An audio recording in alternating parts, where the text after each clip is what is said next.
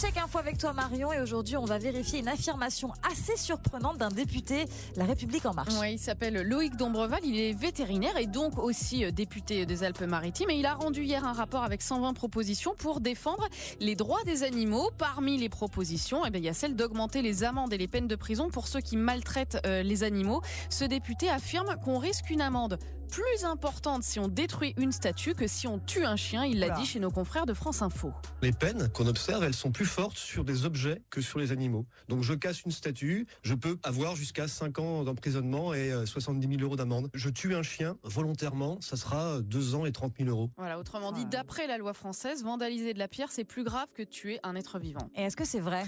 Écoute, pour le savoir, j'ai sorti le révélateur suprême, j'ai nommé le code pénal. Voilà, dans la catégorie vandalisme, destruction, sachant qu'il y a plusieurs types de destruction. Ça va du tag ou du coup de peinture sur une statue à sa démolition. Bref, commençons par le moins grave, le graffiti. D'après l'article 332 alinéa 1, le fait de tracer des inscriptions sur la voie publique ou le mobilier urbain, donc disons une statue, c'est puni d'une amende de 3 750 €. Par comparaison, quelqu'un qui priverait d'eau ou de nourriture un animal, qui le soignerait pas, etc., en gros qu'il maltraiterait, serait lui puni de 750 € d'amende. Ok, ça fait 3 000 € de différence. Voilà, pour dire qu'effectivement, la pierre, c'est plus précieux qu'un être vivant. Et c'est pareil pour les cas les plus graves. Détruire, détériorer ou dégrader un bien destiné à la décoration publique, donc une statue, c'est bel et bien risqué. Une peine maximale de 5 ans de prison et 75 000 € d'amende, exactement comme le disait le député. Et c'est même pire si l'infraction est commise à plusieurs. En réunion, 7 ans de prison et 100 000 € d'amende.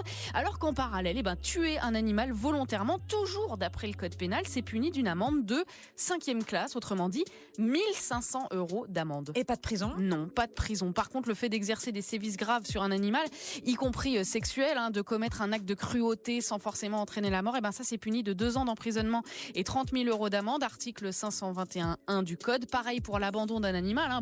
La peine est moins lourde que pour celui qui tue l'animal que pour celui qui le maltraite. C'est un peu curieux, mais toujours est-il que oui, ce député a raison. En France, maltraiter son animal de compagnie, c'est moins risqué, moins risqué judiciairement parlant que d'aller caillasser une statue. Ça veut dire qu'un être vivant est moins important qu'un bloc de pierre et c'est d'ailleurs pour corriger cette absurdité que ce député veut changer la loi.